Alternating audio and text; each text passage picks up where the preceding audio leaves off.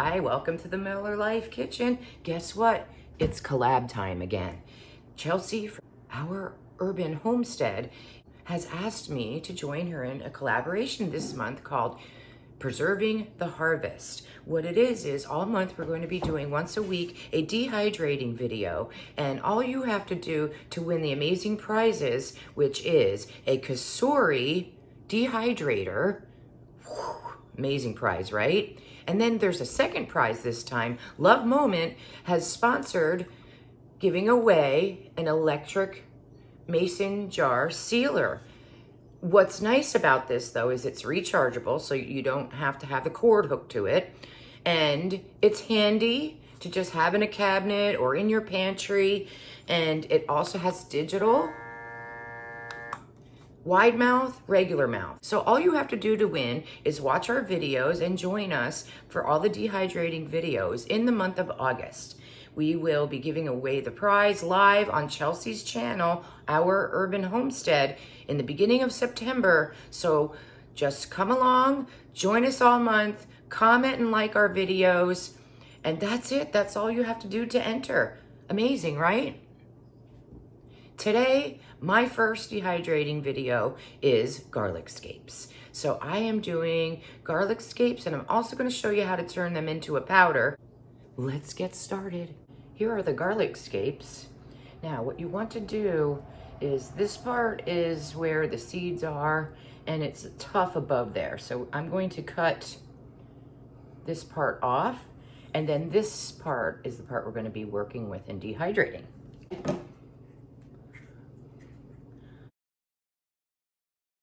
I'm using a herb cutter, and I'm literally just going to cut these up and put them right on my tray. I can smell the garlic smell, which smells really good. I am using my Nesco dehydrator for this because it's going to be a smaller project. Now see, this is a little tough on the other end, so for that particular one. Oops. Just gonna keep cutting these guys up. Trying to keep them kind of sort of the same size, but not doing that very well. Dehydrating is wonderful. I dehydrate everything. It's a great way to have shelf-stable items that when you dehydrate and then condition, which I'll talk about a little bit later, you can then vacuum seal. I ended up with 3 trays, and what I did is I have them spaced out really nicely. Since I had the room to, they'll dry out nicer if they're not too jumbled up together. You really want to have a dehydrator that has temperatures, and timing is great too. That's not as big of a thing, in my opinion, as having temperature. I am going to do 115. It's always better to go a little lower because if the outside dries and the inside does not, they call it case hardening, and that is a problem for dehydrating. So I'm gonna go air on the lower side. If it takes a little longer, so be it. But then I know I'm not gonna have case hardening, and I'm just gonna set the time. I'm going backwards on it. This can do 24 hours. That's it. That's how easy it is. I'll be back. Here we are. Okay, so these are done. I had them in the dehydrator about 8 hours before it was bedtime, and then they weren't quite done, so I just left them overnight. At that lower setting, I wasn't worried at all. But you want them to snap. Now, if they were bendy, that means they're not all the way done. But when I make a powder, I do not usually do my whole batch of anything. I just do a small amount because I can just just get this out quick and make powder as I go. It's a Cosori coffee grinder, but it's also for nuts, seeds. It has 2 different vessels that you can, depending what you're doing. So I am using the bigger one.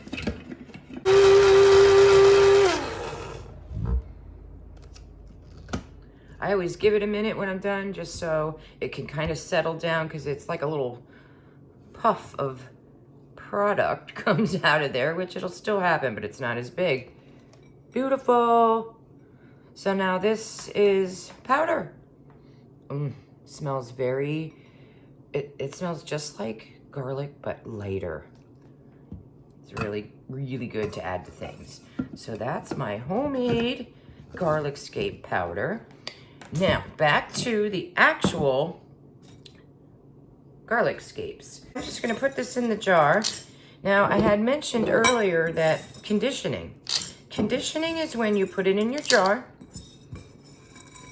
and especially if you're in a humid climate this time of year, you know, you always need to condition, but especially this time of year. What I'm gonna do is put a lid on, and I'm just gonna use a plastic one for now.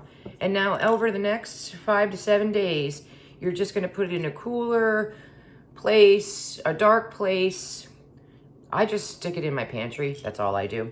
And you're gonna just keep shaking it, and then you're gonna be looking at your jar and looking to see if you see any condensation, etc. If that's the case and you see condensation, you need to continue drying it, but be careful that it didn't get moldy. But that is a necessary step. Then after a week, you can then vacuum seal. So I'm not gonna vacuum seal this because I'm gonna be doing my conditioning. This is my celery.